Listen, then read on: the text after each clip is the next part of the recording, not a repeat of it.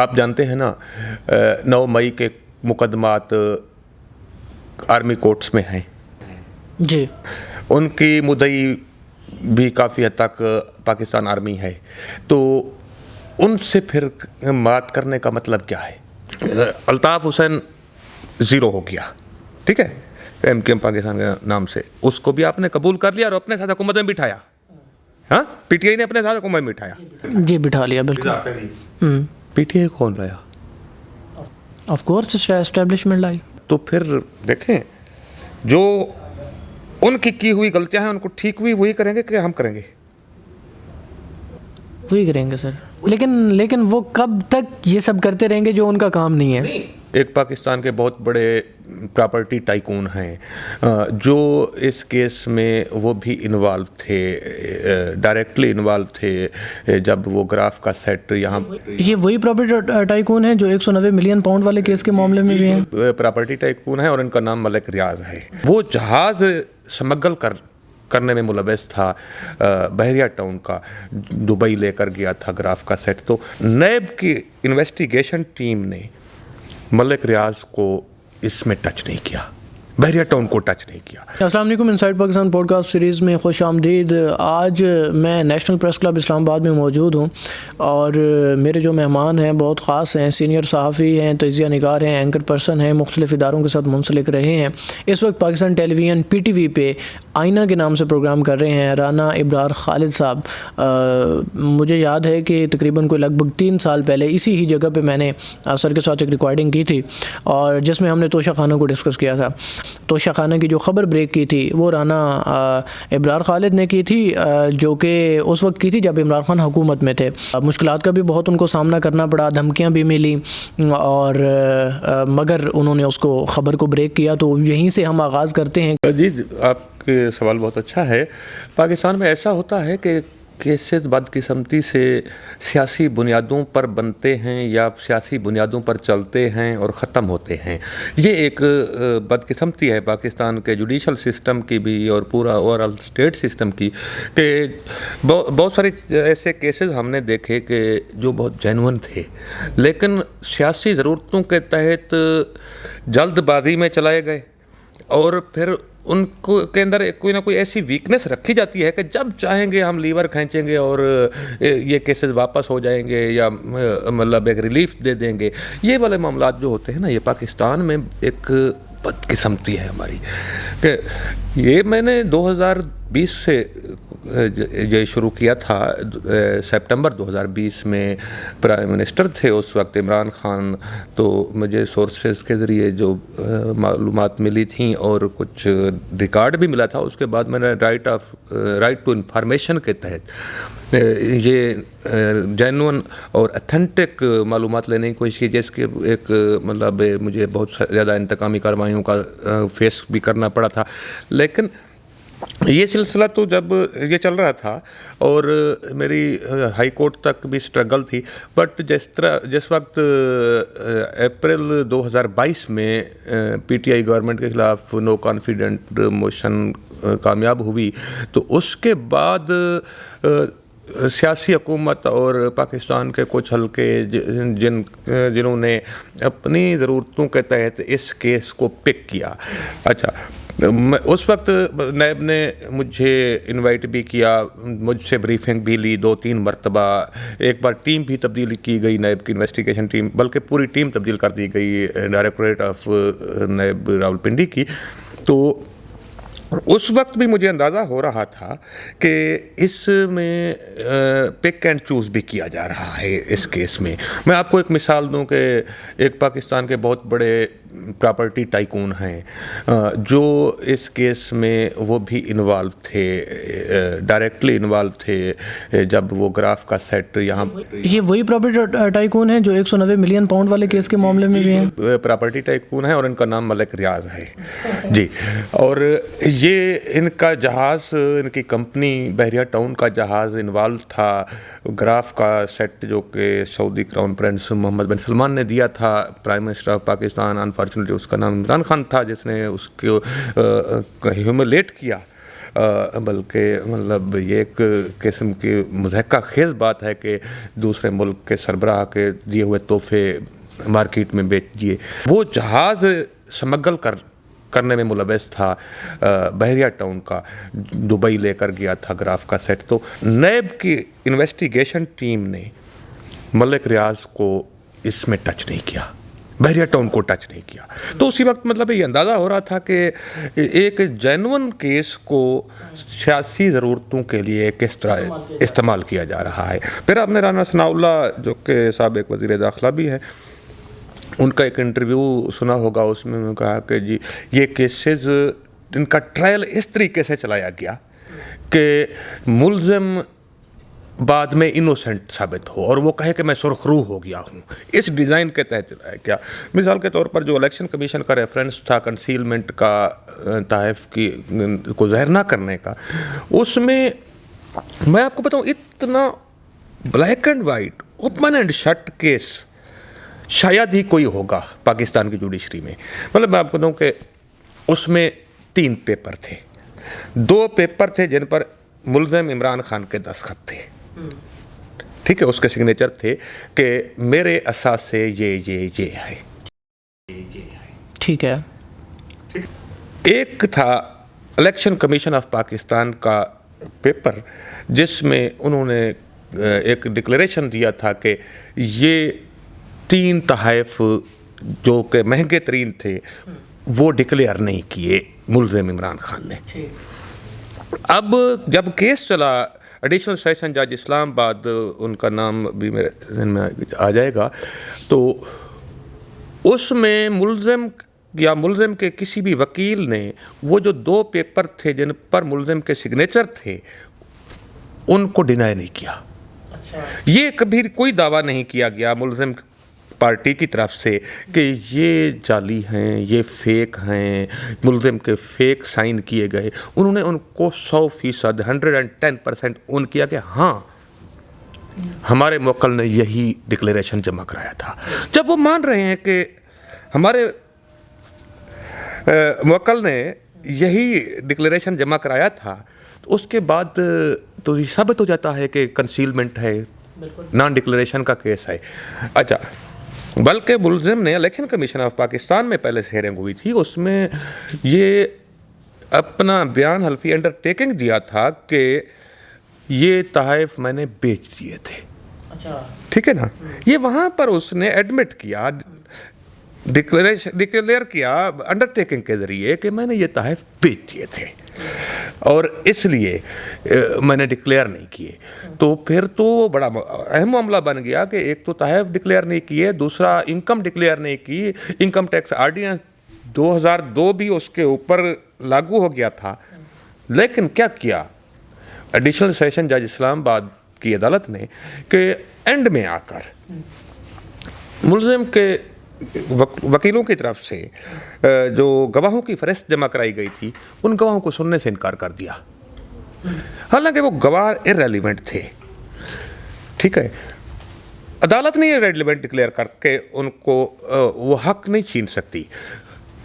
जब इररेलेवेंट थे तो उनका स्टेटमेंट मुल्ज़िम को बचा नहीं सकता था। मैं जो पॉइंट रेज कर रहा हूँ, क्योंकि वो इररेलेवेंट गवाह थे, वो उसके पर्सनल मुलाजमीन थे, पर्सनल अकाउंटेंट था, ये वो थे एक्सेट्रा, वो बचा नहीं सकते थे क्योंकि वो इररेलेवेंट थे। लिहाजा उनकी स्टेटमेंट ले लेते, उनके ऊपर जब क्रॉस एग्जामिनेशन होता तो वो एक्सपोज हो जाते। और ये जो लकूना हुआ है, ये सुकम जो हेयरिंग में आया है, जिसका मुल्ज़िम ने बाद में बहुत फ़ायदा उठाया कि फेयर ट्रायल नहीं हुआ बिल्कुल, ठीक है, फेयर ट्रायल नहीं हुआ उसने कहा। अच्छा, मेरा एक यहाँ पर क्वेश्चन है कि अगर प्रोसीजर ठीक नहीं है हेयरिंग का, उसमें कोई लकूना है, कोई गलती है, कोई सुकम है, तो क्या इल्ज़ाम झूठा साबित हो जाता है इससे? एक बंदे ने जुर्म किया है, पहली बात यह है कि आप मान रहे हैं ना कि नॉन डिक्लेरेशन जुर्म है, ठीक है। जब नॉन डिक्लेरेशन जुर्म है, उस बंदे ने जुर्म किया है, तो क्या वो महज प्रोसीजर की गलती की वजह से, हेयरिंग प्रोसीजर जो है उसकी गलती की वजह से इनोसेंट डिक्लेयर हो सकता है? ये नहीं हो सकता। लेकिन पाकिस्तान का ये जो ब्रिटिश डिज़ाइन का जुडिशल सिस्टम है, इसमें एक प्रोसीजर की गलती मुल्ज़िम को फ़ायदा दे जाती है और इस वजह से उसकी सज़ा मुअत्तल हुई थी। फिर हम आते हैं जो नैब का रेफरेंस, तोशाखाना रेफरेंस, जिसमें 14 साल की सज़ा हुई, उसमें तो 3 साल की हुई थी गलबन, इसमें 14 साल की सज़ा हुई है। तो इसमें भी वही काम किया गया। जब वो इलेक्शन कमीशन में मुल्ज़िम लिख कर दे आया था कि ये तोहफे मैंने बेचे हैं, ठीक, मैं उसको रिलेट कर रहा हूँ, ठीक है। तो इलेक्शन कमीशन में वो अंडरटेकिंग वो लिख के दे रहा है कि मैंने बेचे हैं, था कि मैंने तोहफे बेचे हैं। बिल्कुल। कौन सी गुंजाइश बाकी रहती है? अगर बेचना जुर्म है, या तो कहें कि बेचना जुर्म नहीं है, बिल्कुल, ठीक है, फिर बेचना मुनाफे पर एक बहुत बड़ी आमदनी हासिल करने, एक बड़ी रकम कमाई अपनी अथॉरिटी का मिस यूज़ करके, ये जुर्म नहीं है। सर इसमें पीटीआई की जानिब ये कहा जाता है कि उन्होंने कानून के मुताबिक बेचे हैं, मतलब जिस तरह से कानून तो कंसेप्ट ही नहीं है बेचने का।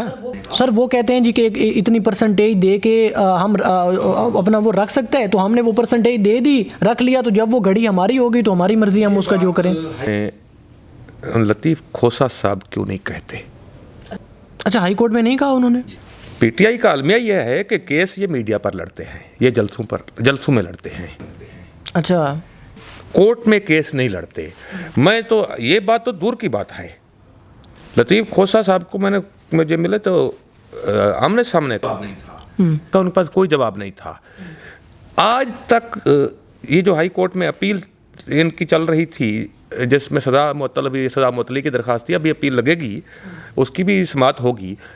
लतीफ़ खोसा साहब ने या किसी और वकील ने कम अज़ कम तोशाखाना में ये नहीं कहा कि मेरा मुवक्किल बेगुनाह है। अच्छा, ये कहा हो तो मैं सज़ा भुगतूंगा।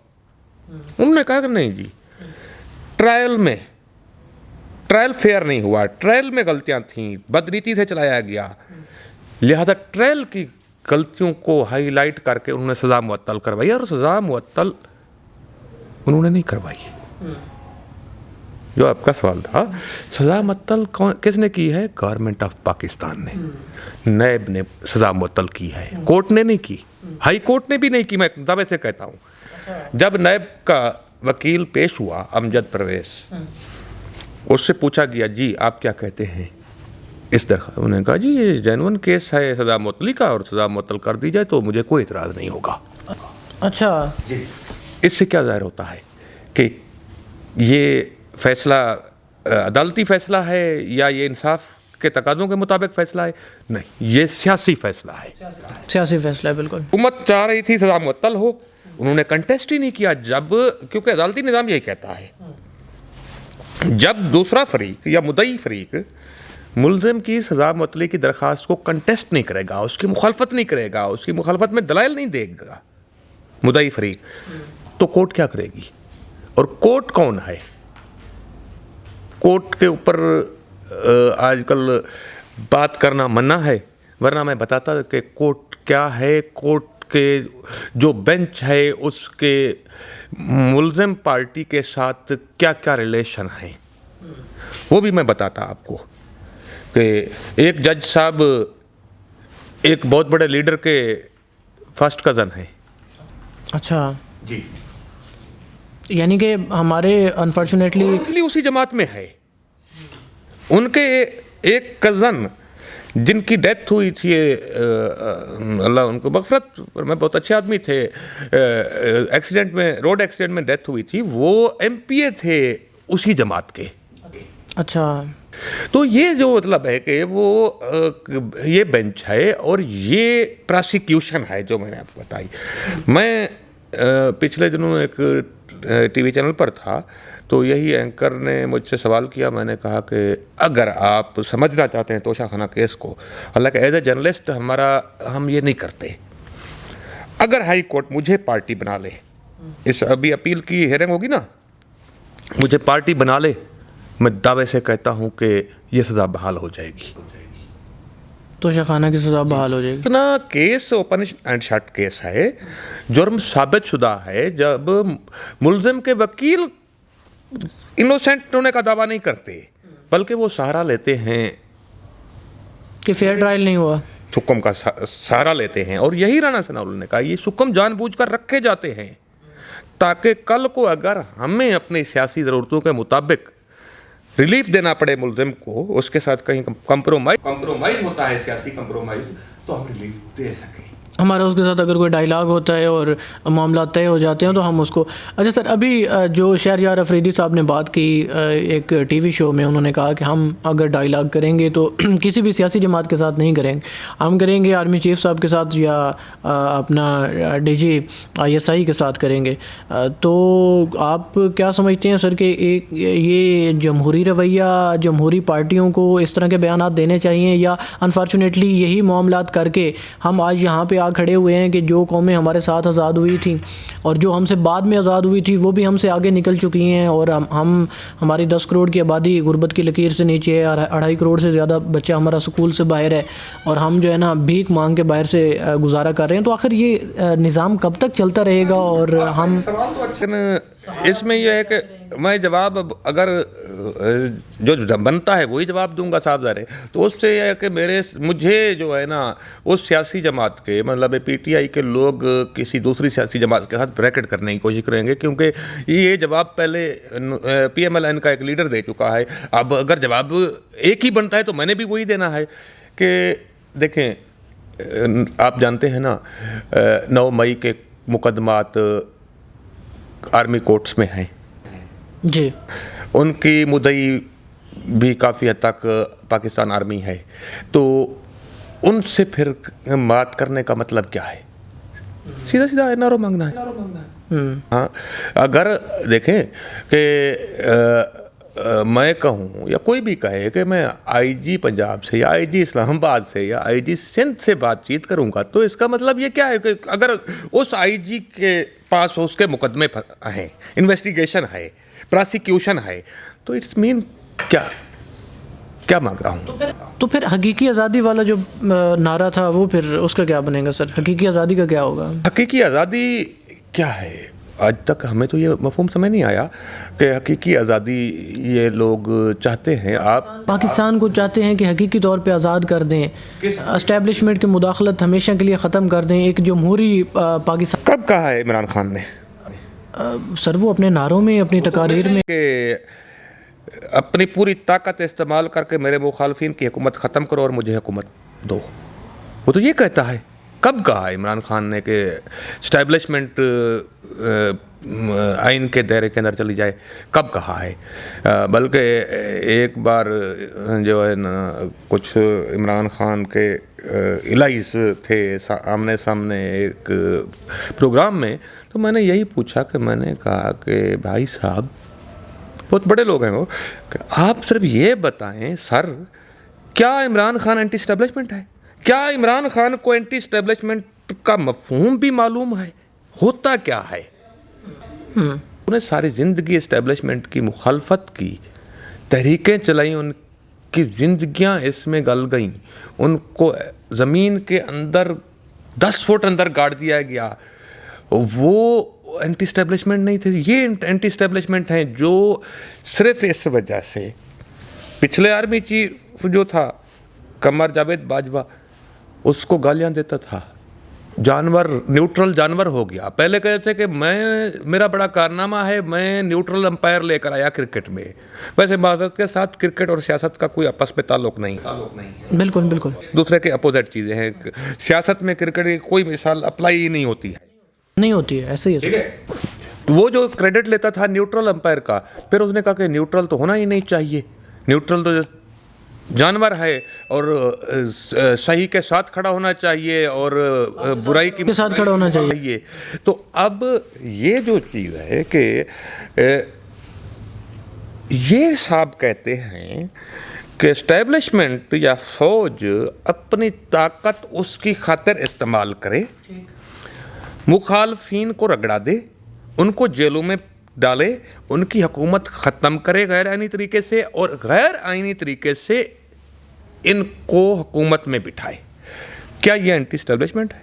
नहीं। नहीं, ये तो बिल्कुल एंटी एस्टेब्लिशमेंट है। लेकिन सर, इमरान खान का जो नारा है और जो उनके चाहने वाले हैं, उनके वोटर सपोर्टर्स हैं, या इस इलेक्शन में आपने 8 फरवरी को देखा जितना उनको वोट पड़ा है बग़ैर कैंपेन किए, और वो जो अवाम है, पाकिस्तानी अवाम ये चाहते हैं कि एस्टेब्लिशमेंट की जमहूरी मामलात में मुदाखलत नहीं होनी चाहिए, क्योंकि अवाम ये समझते हैं कि इसी मुदाखलत की वजह से हम आज बहुत पीछे रह गए हैं। हम आज आलमी दुनिया में बेकारी के नाम से जाने जाते हैं। अगर हम इंडिया को देखें तो उनके मामलात बेहतर इसी वजह से हुए कि उनकी लंगड़ी लूली जैसी भी थी, अपना जमहूरियत वो चलती रही, और जमहूरियत का फ़ायदा ही यही है कि इसको चलने दिया जाए तो ये बेहतर हो जाती है। तो उस अवाम का क्या बनेगा सर? अगर इमरान खान भी एंटी एस्टेब्लिशमेंट नहीं है तो अवाम जो चाहते हैं कि हमारी जो एस्टेब्लिशमेंट है, मिलिट्री एस्टेब्लिशमेंट है ख़ास तौर पर, वो अपने आइनी हदूद तक महदूद हो जाए और अपना काम करे और वो इन मामलात में मुदाखलत ना करे, तो उस अवाम का क्या बनेगा सर? ये खूबसूरत सवाल है। बिलाशुबा इंडिया की जमहूरियत और पाकिस्तान की जमहूरियत में काफ़ी फ़र्क है, बट क्वेश्चन इस तरह से है कि ख़ुद आपने इसका कंटेक्स्ट भी किसी हद तक बयान करने की कोशिश की है, लेकिन मैं ये कहूँगा कि कंटेक्स्ट को जो है वो पार्शल बयान ना किया जाए, पूरा कंटेक्स्ट बयान किया जाए, जो पस मंज़र है वो पूरा बयान किया जाए। मैं इसकी एक मिसाल दूंगा, बल्कि जो इस पार्टी के पीटीआई के सपोर्टर हैं, मैं उनसे भी सवाल करूंगा कि एक पार्टी थी MQM, पहले मुहाजिर कौमी मूवमेंट थी, फिर मुत्तहिदा कौमी मूवमेंट बन गई थी, कराची और हैदराबाद में एग्जिस्ट करती थी जी। लीडर थे अल्ताफ़ हुसैन, ठीक है। वो गलबन ये 2017 में हुआ था ना, 17 में सर। हाँ, जब उसके खिलाफ क्रैकडाउन किया, किसने किया था? ज़हरा सर जो लाए थे जी, एस्टेब्लिशमेंट ने किया। एग्जैक्टली सर, मैं नाम नहीं लेता, आपने पहले मलिक रियाज का भी नाम ले लिया। क्रैकडाउन किया था, और वो पार्टी वो इतनी ताकतवर थी कि सिर्फ उंगली के इशारे से पूरा कराची, पूरा हैदराबाद बंद हो जाता सर, बिल्कुल गिर जाती थी, गिर जाते थे बिल्कुल। MQM ने, अल्ताफ़ हुसैन ने पाकिस्तान के तकरीबन हर गांव में, बल्कि हमारे सरायकी वसेब के हर गांव में कराची से लाशें भेजी। जब उसको लाना था तो वही लाए थे, जब ये भी ख़त्म करना था तो उन्होंने ही ख़त्म किया। एक मुतशद्दिद टेररिस्ट पार्टी खड़ी की, मुनस्टर खड़ा किया, और उसको सिविल हुकूमत नहीं ख़त्म कर सकती थी, नहीं कर सकती, बिल्कुल नहीं कर सकते सर, इत्तेफाक करता हूँ, नहीं कर सकते। उनको इस्टेब्लिशमेंट ने, उसी फौज ने ख़त्म किया, डिस्ट्रॉय किया। ठीक है। वो तो आज इमरान खान को भी वैसे ही ख़त्म किया जाए। मैं क्वेश्चन करना है आपसे जी, प्लीज़। उन लोगों से क्वेश्चन करना है जो पीटीआई के सपोर्टर हैं जी। तो वो पीटीआई के सपोर्टर साहिबान, आप कहाँ थे कि आप तो कह रहे थे दुरुस्त कर रही है, क्योंकि जिसने मॉन्स्टर बनाया, मॉन्स्टर को वही कर सकता है और ठीक कर हो रहा है, ठीक है ना। और वो अल्ताफ़ हुसैन ज़ीरो हो गया, ठीक है, MQM पाकिस्तान के नाम से, उसको भी आपने कबूल कर लिया और अपने साथ हुकूमत में बिठाया। हाँ, पीटीआई ने अपने साथ हुकूमत में बिठाया जी, बिठा लिया बिल्कुल। पीटीआई कौन लाया? ऑफ कोर्स एस्टेब्लिशमेंट लाई। तो फिर देखें, जो उनकी की हुई गलतियां हैं उनको ठीक हुई वही करेंगे कि हम करेंगे? वही करेंगे सर, लेकिन वो कब तक ये सब करते रहेंगे जो उनका काम नहीं है? नहीं, काम उसकी वो अलग मामला है, ठीक है।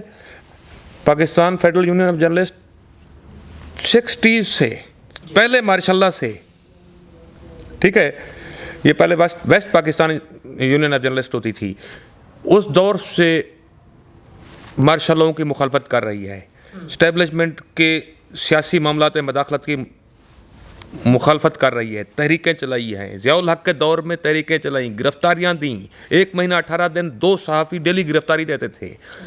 एंटी इस्टेब्लिशमेंट अगर कोई है तो वो हम हैं, हमें पता है कि इस्टेब्लिशमेंट को कैसे पीछे धकेलना है। वो मामला अलग है, उसके बिल्कुल मैं सपोर्टर हूँ। इस्टेब्लिशमेंट को आइन के दायरे के अंदर होना चाहिए, फौज को आइन के दायरे के अंदर होना चाहिए, नो डाउट। बट ये मामला जो है ना, ये कहाँ से डेमोक्रेसी का है कि एक टेस्ट ट्यूब बेबी को फौज ने पाला, ठीक, फौज ने उसको इक़्तिदार में by hook and by crook के इक़्तिदार में लेकर आए। बहुत सारे शवाहिद सामने आ गए हैं, ठीक है, मैं बेबुनियाद बात नहीं कर रहा। तो उसको मुतशद्दिद पार्टी बनाया। 3 महीने तक तोशाखाना केस में गिरफ्तारी मतलूब थी, 3 महीने तक जो है तोरा बोरा बना रहा जमान पार्क। क्या टीटीपी और ये दो मुख्तलिफ चीज़ें हैं? इस पार्टी का तो एक्ट ही टीटीपी जैसा है, तो फिर उसके साथ उसको कौन फेस करेगा? उसको फिर उन्हीं लोगों ने फेस करना है जिन्होंने इनको बनाकर हम पर मुसल्लत किया था। पाकिस्तानियों का मुतालबा तो ये है कि इनको जहां से लाए थे वहां वापस ले जाओ, इनको हमारे सरों से उतारो। ठीक है। बाकी मैं आपको बताऊं कि ये जो सपोर्ट का मामला है, जो पीटीआई के सपोर्टर हैं, ये नाराज़ होते हैं, गालियां देते हैं, कैंपेन करते हैं, डर्टी कैंपेन शुरू कर देते हैं। बट मैं इनको फिर भी कहूँगा आपके इस फोरम के ज़रिए, ये 5th जनरेशन वार है, ये एक टेक्नोलॉजी गेम है, टेक्नोलॉजी का इस्तेमाल है। इस टेक्नोलॉजी का इस्तेमाल 2005-06 में पहली मर्तबा हुआ था। ये सोशल मीडिया के ज़रिए अरब स्प्रिंग लाया गया था, जिसमें 2 मुल्कों की जो है ना, ट्यूनिस और लीबिया की हुकूमत बदल गई थी, बल्कि बहुत बड़े इंटरनेशनल लीडर थे, कर्नल मुअम्मर कज़ाफ़ी, उनके साथ जिस तरीके से ह्यूमिलेशन की गई उनकी डेड बॉडी की, ये उसी का। इसके अलावा मिस्र में भी जो है अरब स्प्रिंग कामयाब हुआ था, और इसके अलावा भी कई 3-4 मुल्क और थे जहाँ पर ये स्टार्म की तरह उभरा था। ये था वो पहला टेस्ट था इस टेक्नोलॉजी का। इसका ये दूसरा टेस्ट जो है ना, ये हो रहा है कि इन लोगों को जो सपोर्टर है, इनको पता ही नहीं है कहाँ से कितनी बड़ी बड़ी कंपनियां शिकागो, सिलिकॉन वैली से जो है ना, ये कंट्रोल करती हैं पूरे सोशल मीडिया को, और प्रोफाइलिंग की जाती है। हर एक बंदे की आर्टिफिशियल इंटेलिजेंस से प्रोफाइलिंग की जाती है, और उस प्रोफाइलिंग करने के बाद उनको वही मवाद दिखाया जाता है जो दिखाना मकसूद होता है, और इस तरीके से ब्रेन वाशिंग होती है। सर, आप ये कहना चाहते हैं कि जो आलमी ताकतें हैं, जो एजेंसियां हैं, गैर मुल्की एजेंसियां, वो इसमें मुलविस हैं, और ये 5th जनरेशन वार है, राइट?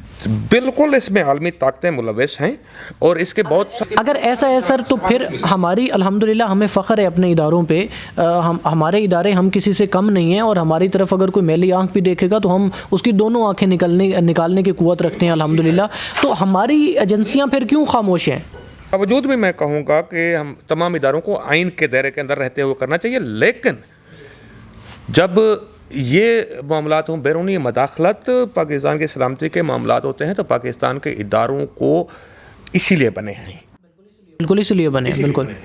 अब देखें ना, उसमें बहुत सारी चीज़ें हैं। जब अप्रैल 2022 में तहरीक अदम एतमाद कामयाब हुई और पीडीएम की हुकूमत बनी, पीडीएम की हुकूमत को किसने नाकाम किया? सोशल मीडिया, अमेरिका ने नाकाम किया, आईएमएफ के ज़रिए नाकाम किया। ये मैंने ज़िंदगी के 26 साल जो है इकानमी रिपोर्टिंग की है, हमारे सामने एक एक चीज़ क्लियर है। सॉरी, मैं एक चीज़ क्लियर कर दूं। मुझे लगा आप पूछ रहे हैं कि इमरान खान जब इक़्तिदार से निकले तो उनको फेमस किसने किया, तो मैंने जवाब दिया सोशल मीडिया। जो पीडीएम की हुकूमत है उसको नाकाम, वो तो ऑफ कोर्स, और अमेरिका आईएमएफ को चलाता है कि 12 उसके जो बोर्ड ऑफ गवर्नर है, 12 मेंबरान हैं टोटल, उसमें 7 अमेरिकन मेंबरान हैं, ठीक है। तो वो क्या हुआ कि जब 16 महीने की हुकूमत ये चली, तो इन्होंने सोचा था, बहुत हल्का लिया था आईएमएफ को, कि हम अगर ये जो शराइत लिखी हुई हैं एग्रीमेंट में, हम ये पूरी कर लेंगे तो अब हमको एक हद तक तकलीफ होगी, उसके बाद हम रिलीफ दे पाएंगे। लेकिन उसमें एक ऐसी क्लास भी थी, ये जो मुआहदा था, कौन करके गया था? मुआहदा तो पहले तो इमरान खान ने किए, उसके बाद फिर पीडीएम आई। मुआहदा इमरान खान ने नहीं किया था, उसकी गवर्नमेंट में ये मुआहदा था IMF वर्सेस IMF मुआहदा। पाकिस्तान की तारीख का एक यूनिक मुआहदा था जिसमें टेबल की इस साइड पर भी IMF था, इस साइड पर भी IMF। ये इमरान खान के दौर में हुआ जी, ये इमरान खान के दौर में हुआ कि कौन थे? 3 लोग थे जो पाकिस्तान की तरफ से बैठे थे। वो तीनों लोग ऑन पे लीव पर थे। एक का नाम था डॉक्टर हफीज शेख जो पाकिस्तान का वजीर खजाना था, वर्ल्ड बैंक से ऑन पे लीव पर आया। और दूसरे का नाम क्या था? डॉक्टर रजा बाकर जो IMF। एक डॉक्टर हफीज शेख था जो वर्ल्ड बैंक से ऑन पे लीव पर आया और वजीर खजाना पाकिस्तान बना। दूसरा बंदा डॉक्टर रजा बाकर उसका नाम था जो मिस्र में IMF का रिप्रेजेंटेटिव था, वहां से ऑन पे लीव पर आया। ठीक है। तीसरा बंदा जिसका नाम था शब्बर जैदी, वो फर्गूसन ऑडिट कंपनी है, UK की है, बल्कि मल्टीनेशनल समझ लें, उससे ऑन पे लीव लेकर आया था। फार्मर चेयरमैन FBR भी हो रहे हैं शब्बर जैदी, आजकल उनकी पॉडकास्ट बड़ी वायरल हो रही होती हैं। ये तीनों लोग टेबल के इस तरफ बैठे थे और टेबल के उस तरफ IMF, ये भी IMF के नुमाइंदे, वो भी IMF के नुमाइंदे, और डॉक्टर रजा बाकर ने साइन किए थे उस मुआहदे पर जो कि डायरेक्ट IMF का मुलाजिम था। अच्छा। उसमें एक क्लास थी कि IMF को गुंजाइश दी गई थी एक शेक में कि मजीद शर्तें भी हालात व वाक़यात के मुताबिक IMF लगा सकता है। अच्छा। और उस क्लास को इस्तेमाल करते हुए अगर PDM की गवर्नमेंट 2 शर्तें मानती थी, 3 और लगा देते थे। वो 3 मानते, 4 और लगा देते थे। इस तरह करके सांस बंद किए रखा IMF ने, जिसके नतीजे में मजीद से मजीद महंगाई होती चली गई और बजट आने तक रिलीफ ना दे पाई। और जब रिलीफ नहीं मिलेगा, जब मतलब एक पूरी आप अरेंजमेंट करवा दें कि आने वाली हुकूमत ने PTI की गवर्नमेंट से भी महंगाई डबल ट्रिपल कर दी, तो फिर लोग उसको तो भूल जाएंगे ना, वो तो कहेंगे वो तो ठीक था। कि PTI की गवर्नमेंट ने ये किया कि चीनी 35 रुपए से बढ़ाकर 120 रुपए तक पहुंचाई, 110 से 120। हाँ, तकरीबन। ठीक है। लेकिन PDM की गवर्नमेंट में जब 200 रुपए पर पहुंचेगी तो वो फिर वो ठीक लगेगा ना, ठीक लगेगा कम अरसे में। ठीक है। इसी तरह तमाम चीज़ों की कीमतें, तो ये जो हुआ ना, इसके नतीजे में ये सारा पॉलिटिकल मूव थी, अमेरिकन मूव थी। अच्छा जी। और क्योंकि मैं आपको बताऊं कि इनको तो अमेरिका ही लेकर आया था।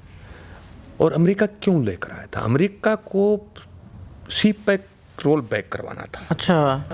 मैंने इसके ऊपर स्टोरी की है, मैंने इसके ऊपर इन्वेस्टिगेशन की है। अमेरिका ने CPEC बंद कराने के लिए $5 अरब खर्च किए हैं।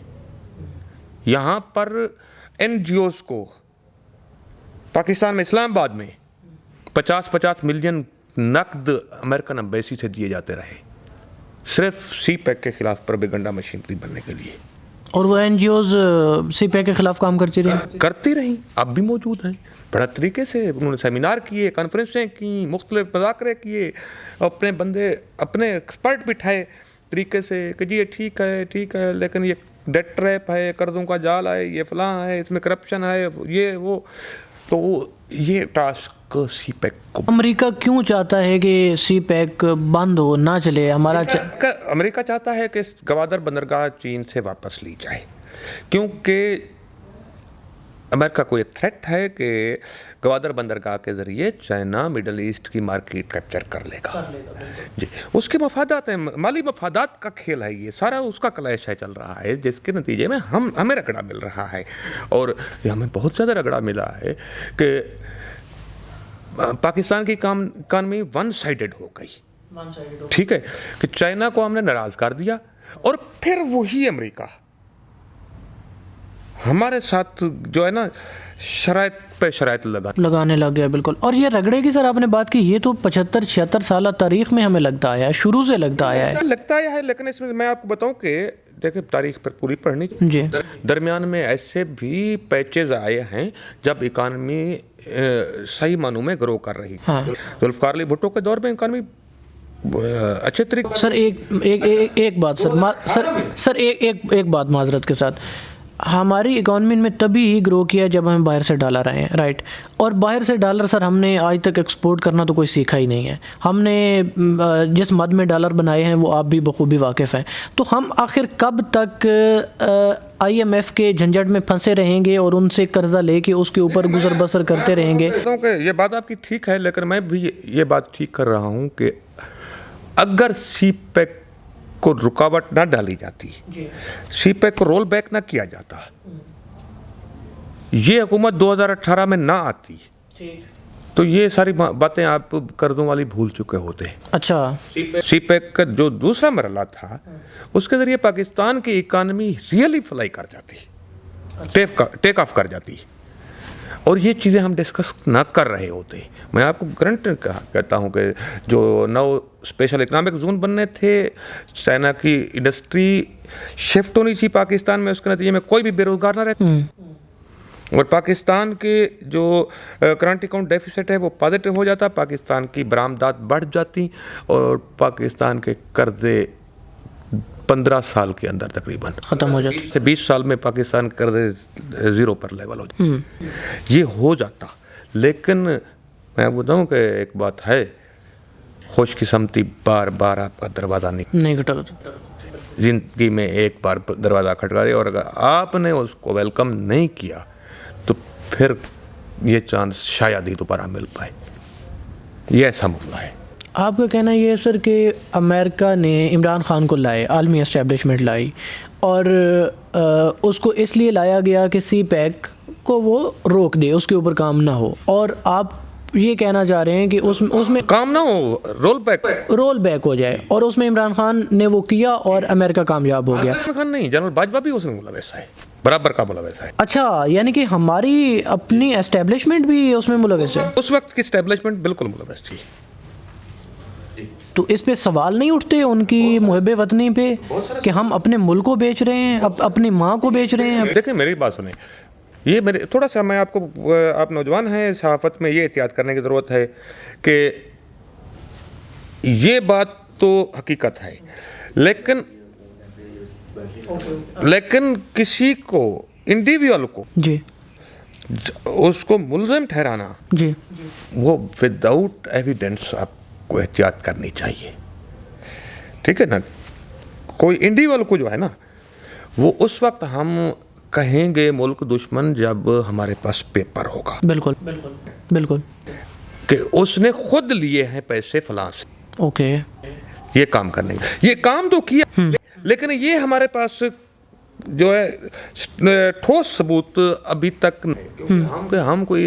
हम जर्नलिस्ट हैं, हम कोई इंटेलिजेंस एजेंसी, बिल्कुल, लिहाजा इंडिविजुअल को उस वक्त तक हम एक्यूज नहीं करते कि जब तक हमारे पास ऐसा कोई सबूत ना हो। ये थोड़ी बिल्कुल ठीक। हाँ, एक दूसरी साइड से बिल्कुल ये बात हकीकत सबूत मौजूद हैं कि ये CPEC को रोल बैक करने में PTI की गवर्नमेंट और उनको लाने वाले उस वक्त के एस्टेब्लिशमेंट, ये एक पेज और CPEC रोल बैक, और CPEC पाकिस्तान के मफाद में है, ये बिल्कुल वाज़ेह बात है, पाकिस्तान के लिए तरक्की का गेटवे, बिल्कुल। और वो बैक हुआ तो इसका मतलब है कि वो पाकिस्तान के लिए अच्छा नहीं हुआ।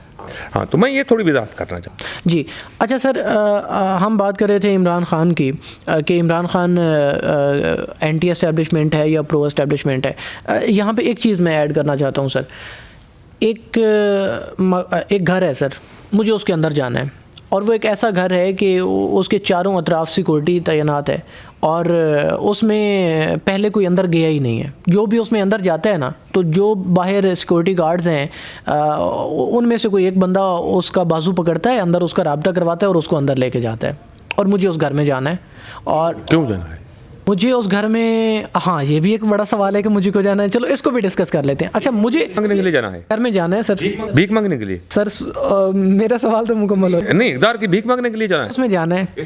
इसका मतलब है कि जो शख्स ये सोचता है उसको पाकिस्तान के अवाम के ऊपर बिल्कुल बिलीव नहीं है, लोगों को वो कीड़े मकोड़े समझता है, वो खुद एंटी डेमोक्रेसी, हाँ ठीक है, तो वो इकदार की भीख मांगने के लिए हर सूरत में जाना है। सर, उस घर में पहले कोई ऐसा बंदा नहीं गया जो अवामी उससे गया हो, वो मतलब उनकी सहूलतकारी से ही गया है बहर जो लोग मौजूद हैं, तो पहली दफ़ा तो वो उनमें से किसी का सहारा लेके ही जाएगा ना अंदर।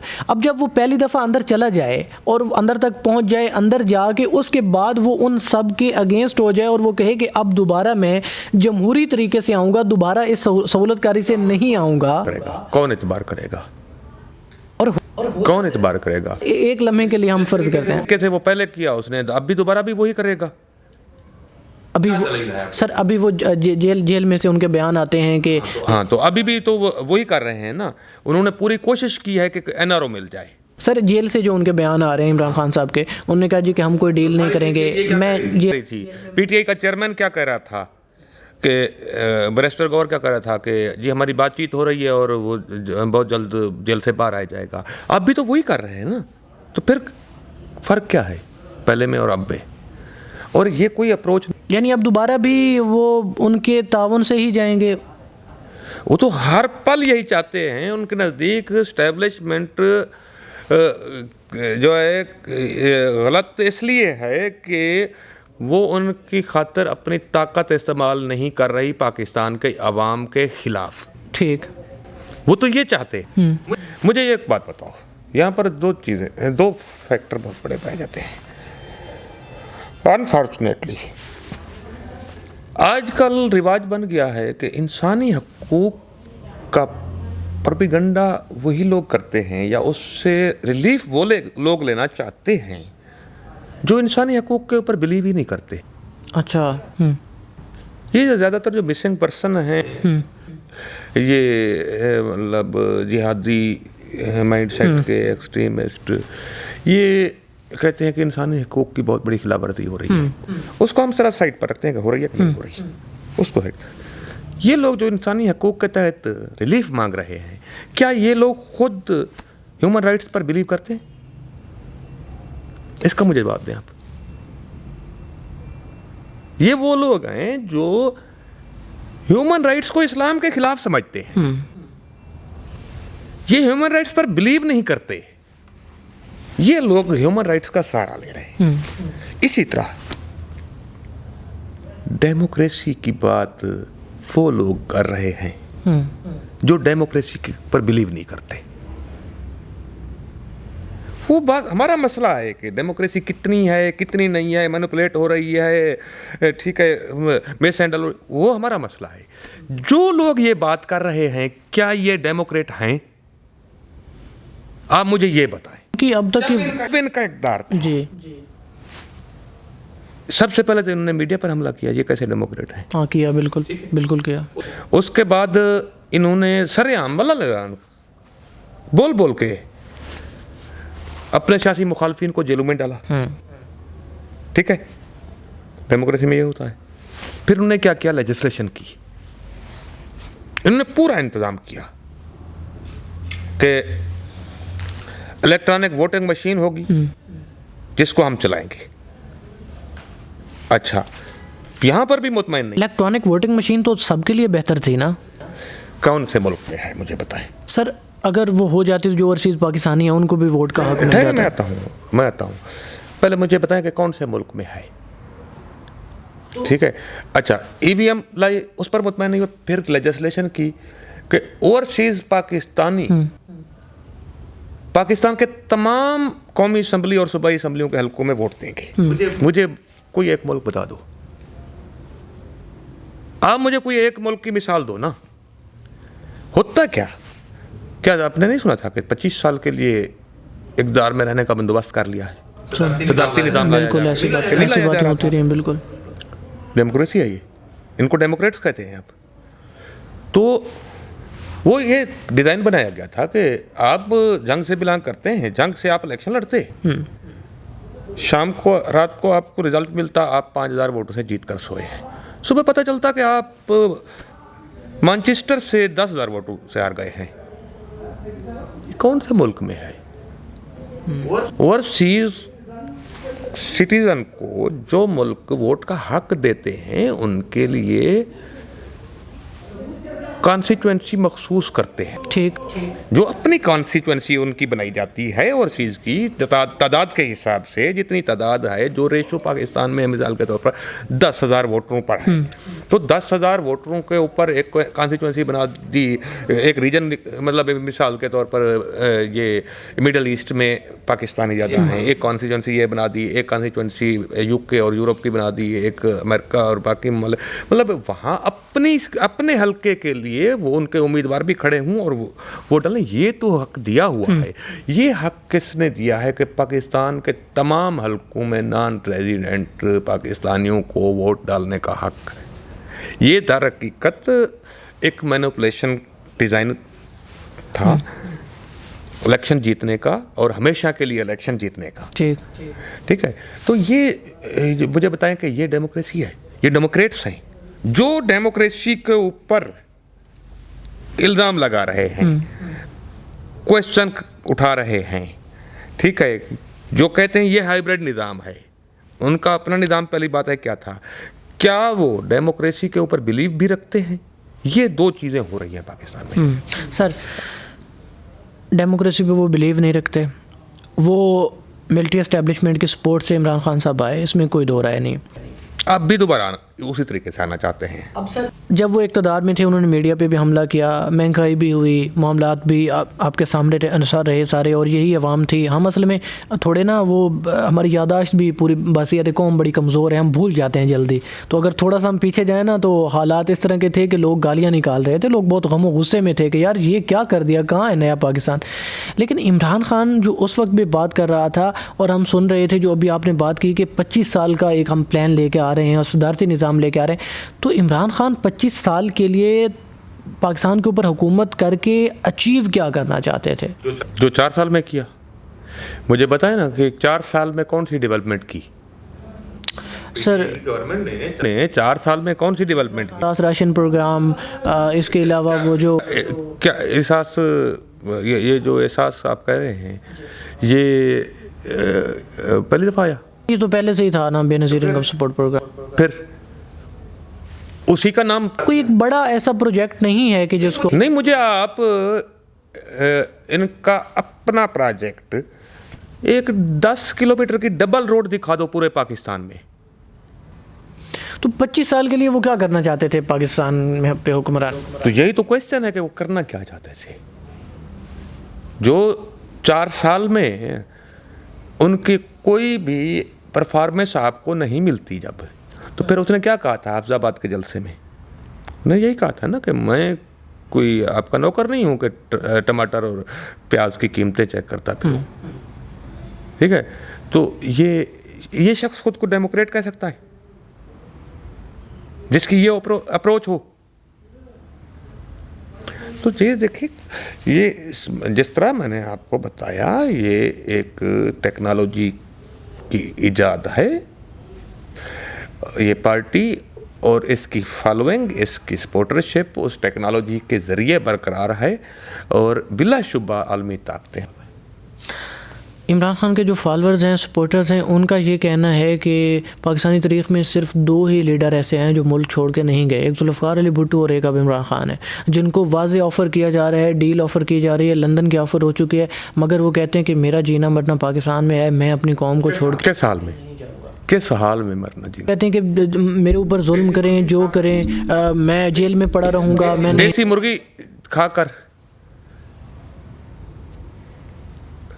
जिसको देसी मुर्गी मिल रही हो तो वो तो पाकिस्तान से जाएगा ही नहीं।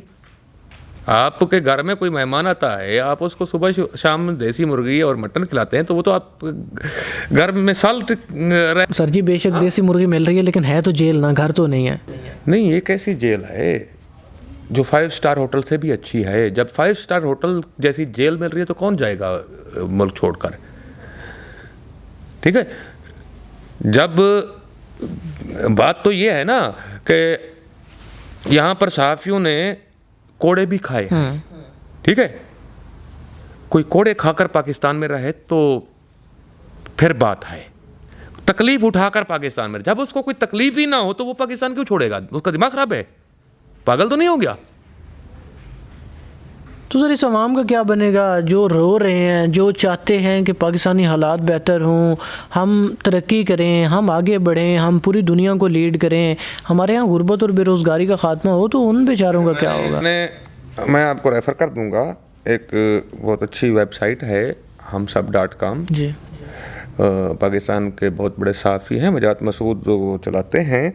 उसमें मैंने एक कॉलम लिखा था उस वक्त जब ये तहरीक अदम एतमाद पेश हुई थी। मैंने कहा कि अगर ये तहरीक अदम एतमाद कामयाब हो जाए, उसके बाद पाकिस्तान की इकनॉमिक टीम मोस्ट कम्पिटेंट और ईमानदार लोगों पर बनाई जाए और वो सारे फैसले दुरुस्त करे, तब भी पाकिस्तान की मईशत 2018 की सतह पर वापस पहुंचने में 10 साल लगेंगे। अच्छा जी, इस हद तक 2018 में आने वाली हुकूमत मुआशी बर्बादी करके गई है कि अब उसकी रेमेडी में टाइम लगेगा। मैं समझता हूँ कि मौजूदा हुकूमत की डायरेक्शन कंपैरेटिवली काफ़ी हद तक ठीक है, थोड़े हालात भी इंटरनेशनली भी फेवर दे रहे हैं, अभी इकनॉमिक इंडिकेटर बेहतर हुए हैं, मज़ीद बेहतरी की पेशन गोइयाँ की जा रही हैं। सबसे बड़ा इशू आवाम के लिए महंगाई और बेरोज़गारी है। बेरोज़गारी में भी आने वाले दिनों में कमी आएगी और आलमी मालियाती इदारे महंगाई भी 12 से 15% तक आने की पेशन गोई कर रहे हैं अगले माली साल के दौरान।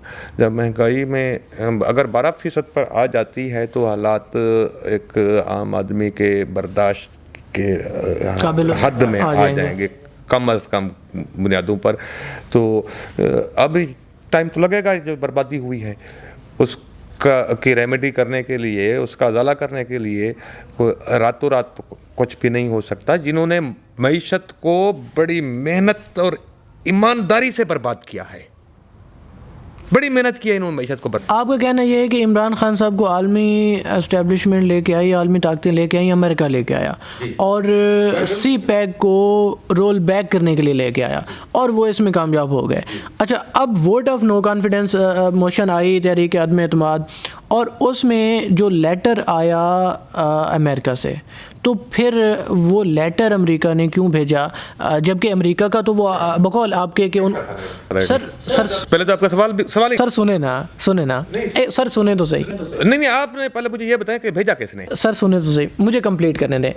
बकौल आपके उनका अपना बंदा बैठा हुआ था, इमरान खान उनका अपना बंदा था, राइट सर, वो बैठा हुआ था। तो फिर उन्होंने लेटर क्यों लिखा कि भाई इसकी हुकूमत गिराओ, अगर इसकी हुकूमत नहीं गिराओगे तो आप अपना सवाल दोहरा रहे हो, मेरे सवाल का जवाब तो नहीं दे रहे। किसने लिखा? सर इमरान खान ने कहा ना कि अमेरिका ने लेटर लिखा। झूठ बोला था, वो तो पाकिस्तान के सफीर ने लिखा था। सर तो उसकी पहली बात, ये लेटर जिसकी बात कर रहे हैं, जो कम्युनिकेशन थी, डिप्लोमेटिक कम्युनिकेशन, वो अमेरिका में तैनात पाकिस्तानी सफ़ीर की थी। उसने कहा कि मेरी स्टेट ऑफिस के नुमाइंदे से मुलाकात हुई, ठीक, और उसमें उन्होंने अपने तहफ़्फ़ुज़ात का इजहार किया। ठीक है, वो भी सामने आ चुका है ना। सर उसी को पब्लिक करने पे तो सज़ा भी तो हुई है इमरान खान को, इसका मतलब है वो सच था। अगर कुछ भी लिखा होता, कुछ भी लिखा हुआ हो डिप्लोमेटिक कम्युनिकेशन, और उसको पब्लिक कर दिया तो सजा तो पब्लिक कर दें तब भी सजा होनी है। ठीक है सर, इसका मतलब है कि लेटर तो आया था। आप इसको ब्रैकेट कैसे कर रहे हो? जी सॉरी जी सर के साथ आप कैसे ब्रैकेट कर रहे हो कि जो उसने कहा वो था तब सजा हुई? वो तो आप, हाँ वो तो कुछ भी हो और पब्लिक नहीं कर सकते आप, बिल्कुल आप उसको पब्लिक नहीं कर बिल्कुल सकते। ठीक है, अभी तो सजा वो तो हुई नहीं है कि उसको मिस यूज किया, उसका तो केस ही नहीं चला है। अच्छा, कि उसको मिस यूज किया, उसकी बुनियाद पर एक झूठी कहानी घड़ी, लोगों को बेवकूफ़ बनाया, उसका जो पब्लिक डिप्लोमेटिक कम्युनिकेशन को मिस यूज करना एक और जुर्म है जिसके ऊपर तो भी केस ही नहीं बना है। कि उसको किस तरीके से इसने मिसयूज़ करके कॉन्स्पिरेसी बनाई कि वो हेयरिंग भी हो गई है, वो सामने भी आ गया, साइफर जो कम्युनिकेशन थी उसमें कहाँ लिखा, और बल्कि उसी जो उनका नाम मुझे अभी आ जाएगा जहन में, जो सफ़ीर साहब थे, उन्होंने आकर अदालत में स्टेटमेंट भी दी। अच्छा, उन्होंने भी अदालत में स्टेटमेंट दी, और वो जो साहब थे डोनाल्ड लू, उनकी अमेरिकी कांग्रेस की कमेटी में स्टेटमेंट सब ने, दुनिया ने देखी कि नहीं देखी? बिल्कुल। अभी भी कोई अभाम है आपको कि इस शख्स ने उसका किस तरीके से पॉलिटिकल यूज़ किया, जो चीज़ कोई बेस ही नहीं रखती थी। अच्छा, एक और मिसाल दो, इसने एक यूरोपीय लेटर का भी कहा था, जलसों में कहा था, वो क्या था? वो क्या था? उसके ऊपर कोई मतलब क्या वो भी साजिश थी पाकिस्तान के खिलाफ? क्योंकि ये शख्स हमेशा झूठ बोलता है। हम फॉरेन ऑफिस की तरफ से हर 3 माह बाद पूरी दुनिया में जो हमारे सफ़ीर हैं पाकिस्तान के, उनको एक इंस्ट्रक्शन भेजते हैं कि जिस मुल्क में आप तैनात हैं उस मुल्क की पार्लियामेंट और हुकूमत को ख़त लिखें कि वो कश्मीर के ऊपर सॉलिडेरिटी दिखाएं। ठीक है, ये एक तरह की तजवीज़ भी होती है, अपील भी होती है। जब रशिया यूक्रेन जंग शुरू हुई तो यूरोपीय यूनियन के सफ़ीर ने गवर्नमेंट ऑफ पाकिस्तान को एक लेटर लिखा कि बराए मेहरबानी आप यूक्रेन पर हमला की मजम्मत करें। ठीक है, मैं आपको रिक्वेस्ट करता हूँ, ठीक है, कि आप ये टाई मुझे दे दें। ठीक, आपकी मर्जी है ना। हाँ, मैं दोनों रिक्वेस्ट तो मैं कोई भी कर सकता हूँ। बिल्कुल, एग्जैक्टली सर, नहीं कर सकता सर। ये रिक्वेस्ट हम करते रहते हैं, फिर इसका मतलब है हम सब इस मुल्कों के दाखिली मामलात में मुदाखलत कर रहे हैं? बिल्कुल भी नहीं। तो यूरोपीय यूनियन ने क्या? यूरोपीय यूनियन ने अब तक कश्मीर के ऊपर कितनी करारदादें यूरोपीय पार्लियामेंट ने मंजूर की हैं? ठीक है, पाकिस्तान को GSP दिया। मुझे बताएं कि यूरोप ने पाकिस्तान के अगेंस्ट कोई स्टेप लिया है कभी? नहीं। तो फिर ये शख्स सिर्फ अपनी सियासी मफाद के लिए यूरोपीय यूनियन के ऊपर इतनी इल्ज़ामबाजी कर रहा था, और फिर भी आप कहते हैं कि लोग इसको अच्छा समझते। लेकिन लोगों को भूल मेरे से भी हो सकती है, भूल लोगों से भी हो सकती है। बिल्कुल। मुझे आप बताएं कि कराची में अल्ताफ़ हुसैन की जो सपोर्ट थी, आप उसको दुरुस्त समझते? क्या वो लोग नहीं थे? लोगों की सपोर्ट नहीं थी? लोगों की सपोर्ट थी, बिल्कुल। फिर वो लोग गलती कर रहे थे, इट्स मीन। तो लोगों को मिसगाइड किया जाता है, मिसलीड किया जाता है टेक्नोलॉजी के ज़रिए, लोगों को प्रोवोक करके गलती पर मजबूर। मैं एक आपको अपना एक ज़ाती तजर्बा बताता हूँ सर। मैं अभी तालिब इल्म हूँ सर, आप जैसे रहनुमाओं से, सीनियर से सीख रहा हूँ, पढ़ रहा हूँ, सीख रहा हूँ। जब मैंने ये खान साहब की तकरीर सुनी, मैं सफ़र कर रहा था, कहीं जा रहा था, और जब उन्होंने ख़त लहराया, ये मैं बिल्कुल आपको सच्ची और अपनी बात बता रहा हूँ कि जो मैंने फ़ील किया सर, यकीन कीजिए, मैंने पहली दफ़ा जब ये चीज़ देखी मोबाइल में ही कि खान साहब एक जलसे में ख़िताब कर रहे हैं, पता नहीं वो कहाँ पे जलसा उस वक्त उन्होंने किया, अप्रैल में, और वो ख़त लहरा रहे हैं और साइफ़र, और वो बोल रहे हैं कि इस तरह से साजिश की गई। सर, पहली दफ़ा मुझे लगा कि माज़रत के साथ मैं इमरान खान के सोशल वर्क का बड़ा फ़ैन हूँ, लेकिन माज़रत के साथ मुझे लगा ये झूठ है। अच्छा, पहली दफ़ा मुझे लगा सर कि ऐसा नहीं हो सकता, ये जो खान साहब बोल रहे हैं। फिर उसके अल्फाज क्या थे कि अमेरिका ने खत भेजा। अच्छा सर, ये झूठ बोला। फिर वही बातें जब बार बार हमारे सामने आती रही, तो फिर एक चीज़ होती है ना कि झूठ इतना बोलो कि सच लगने लगे। तो फिर कहीं ना कहीं जाके, मतलब जब बार बार देखा कि यार फ़लाँ मीडिया भी उसको कोट कर रहा है, फ़लाँ भी, यार इतना credible media, international media, Pakistani media सारा कोट कर रहा है, तो इसका मतलब ये हुआ होगा। अच्छा, अब एक आम पाकिस्तानी, मेरे जैसा एक आम पाकिस्तानी जिसने इसके ऊपर यकीन कर लिया कि यार ये सच है, अब जब मैं आपके पास आया हूँ, मैं इन सारी चीज़ों को डिस्कस कर रहा हूँ और मुझे पता चल रहा है, तो सारी कौम को ये कैसे कब पता चलेगा कि हकीकत क्या है? मतलब तस्वीर का दूसरा रुख अवाम के सामने रखना मीडिया की भी ज़िम्मेदारी है, हमारे इदारों की भी ज़िम्मेदारी है। तो अवाम को कब दोनों रुख हम दिखा पाएंगे, या आवाम को कब ये सारी मालूमात का पता चल पाएगा कि एग्जैक्टली उस लेटर में लिखा हुआ क्या था? मेरे ख्याल में यह पब्लिक हो जाना चाहिए, सारी आवाम को पता होना चाहिए कि भाई ये लिखा हुआ था, इसका मिसयूज़ हुआ है। देखें, मैं सिर्फ ये समझता हूँ कि और ये सब कुछ उस वक्त होगा कि जो ताकतवर हलके हैं वो केसेस सियासी ज़रूरियात के तहत ना बनाए, बल्कि जेन्युइनली बनाए, जो है वो सारे मेरिट पे करें और उनके पीछे ना हटे। ठीक है, ठीक है।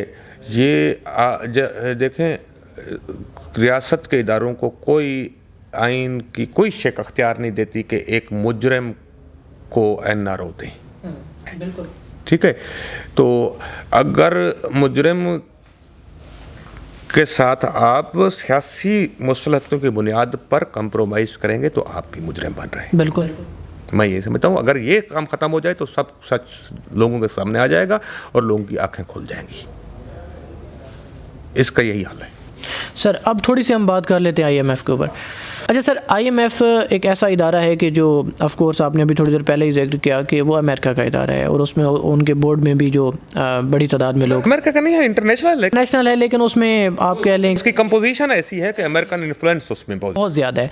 अच्छा, अब उसमें जो मुल्क भी गए हैं और उनसे वो पैसे लेते रहे हैं, उनका हालात मतलब हमारे सामने रहे हैं कि वो डिफ़ॉल्ट की तरफ ही गए हैं।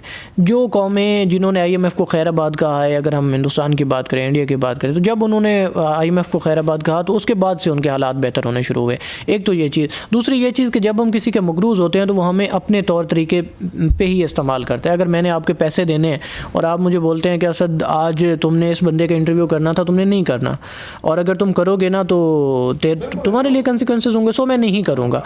तो एक तरह से हम गुलाम, इधर भी मीडिया पॉलिसी पर असरअंदाज होता है। बिल्कुल सर। तो एक तरह से हम कह सकते हैं कि हम गुलाम हैं IMF के। तो इस गुलामी से हम कब निकलेंगे? मेरी बात सुने, मैं थोड़ा सा IMF के हवाले से आपको एक चीज़ क्लियर करूँगा। IMF 2 इदारे बने थे, ये वर्ल्ड बैंक और IMF सेकेंड वर्ल्ड वार के बाद। तो IMF की जो कंपोजिशन है ना, IMF का कोई अपना पैसा नहीं है, ये पैसा मेंबर मुल्कों का है। आपको मैं इंफॉर्मेशन दूँ कि पाकिस्तान का भी $1.5 अरब हिस्सा है IMF में। ठीक, पाकिस्तान ने दिया था ये सीड मनी कंट्रीब्यूट। IMF में तमाम जो मेंबर मुल्क हैं IMF के, उनका एक सीड मनी या कंट्रीब्यूशन है। पाकिस्तान का भी $1.5 अरब IMF में जमा है। तो जो अमीर मुल्क हैं, ताकतवर, उनके ज़्यादा पैसा है। जितना ज़्यादा पैसा है उतना ज़्यादा उनके मैनेजमेंट में शेयर है। ठीक है। मतलब चाइना का 1 मेंबर है, अमेरिका के 5 मेंबर हैं, नहीं 4 मेंबर हैं, ठीक है, बोर्ड में, और इसके अलावा यूरोप के हैं, वो कुल मिलाकर 7 मेंबर अमेरिकन ग्रुप के हो जाते हैं। तो बिल्कुल एक इन्फ्लुएंस है, लेकिन उसमें यूँ होता है कि IMF का एक चार्टर है, IMF पाबंद है मेंबर मुल्कों को सपोर्ट करने के लिए। बट बात यह है कि IMF का जो कर्जा प्रोग्राम होता है वो आपके मुआशी बहरान का हल नहीं है, वो आपको वक्ती सपोर्ट है, हल आपने खुद देना है।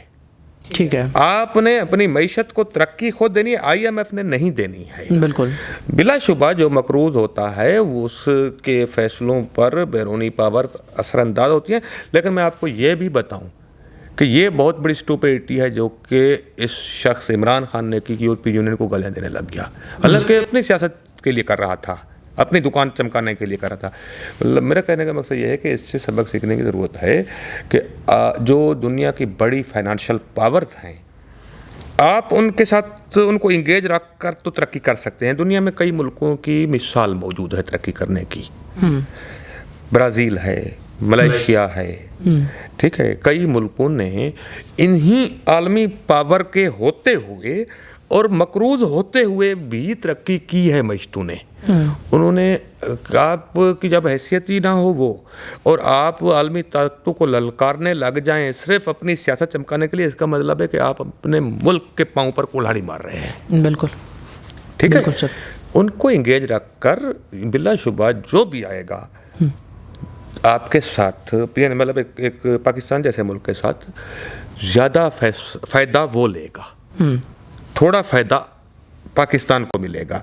लेकिन ये विन विन पोजीशन, जिस तरह के CPEC था, CPEC ये तो नहीं है कि 100% फ़ायदा पाकिस्तान को, नहीं, ज़्यादा फ़ायदा चाइना को हो रहा था, लेकिन जो हमें फ़ायदा हो रहा था वो हमारे लिए बहुत बड़ा फ़ायदा था। बड़ा फ़ायदा था, राइट सर। ठीक है, तो जब तक आप, और ये हकीकत है, मैं आपको बताऊं कि अमेरिकन ब्लॉक है दुनिया में, अब चाइनीज़ ब्लॉक है, दोनों के साथ इंगेज करके ही आप आगे चल सकते हैं।